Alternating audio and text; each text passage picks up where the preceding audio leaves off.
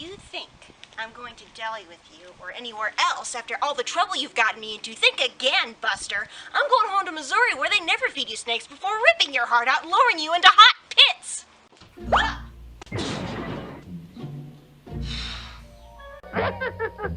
Very funny. Hey guys, and welcome back to another film review by The Clumsy Jedi. Today I'm going to be reviewing the next in the Indiana Jones series, Indiana Jones and the Temple of Doom. It came out in the year 1984, was directed by Steven Spielberg, and starred Harrison Ford, Kate Capshaw, Ke Huy Quan, I'm sorry I can't pronounce that, the little kid, Roshan Seth, and Amrish Puri.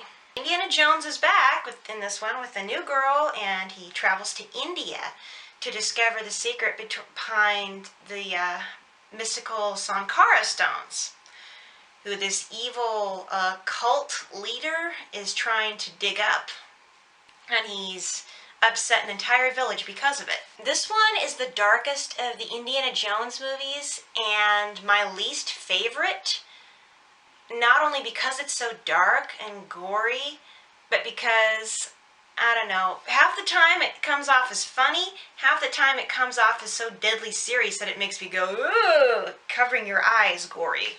What I liked most about Indiana Jones and the Temple of Doom were the character of Short Round. He's a funny, cute little kid. I love him to death. Club Obi-Wan, that little nod to Star Wars that Steven Spielberg put in there.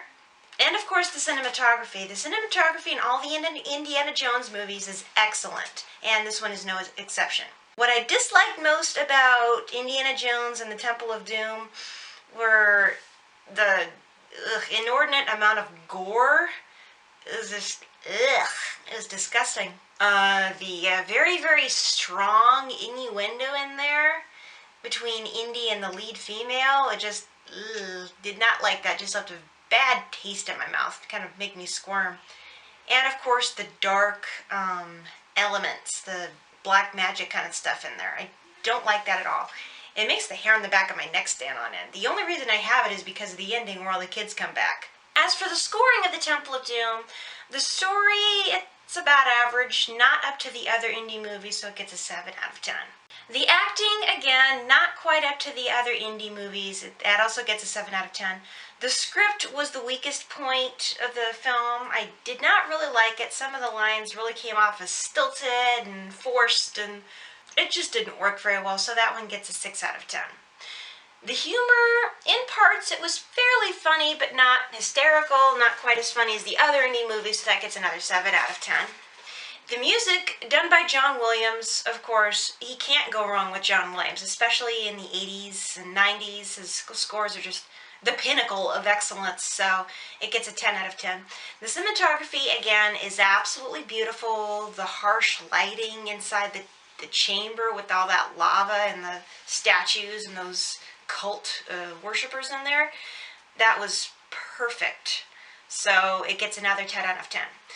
Giving Indiana Jones and the Temple of Doom a final Clumsy Jedi score of 7.8 out of 10.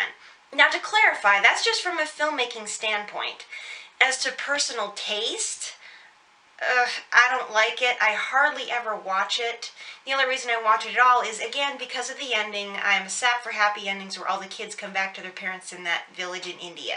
Okay, so next time I'm going to be reviewing Indiana Jones and the Last Crusade, which I'm pretty much looking forward to. Anyway, until next time, this is The Clumsy Jedi signing off. Bye, guys!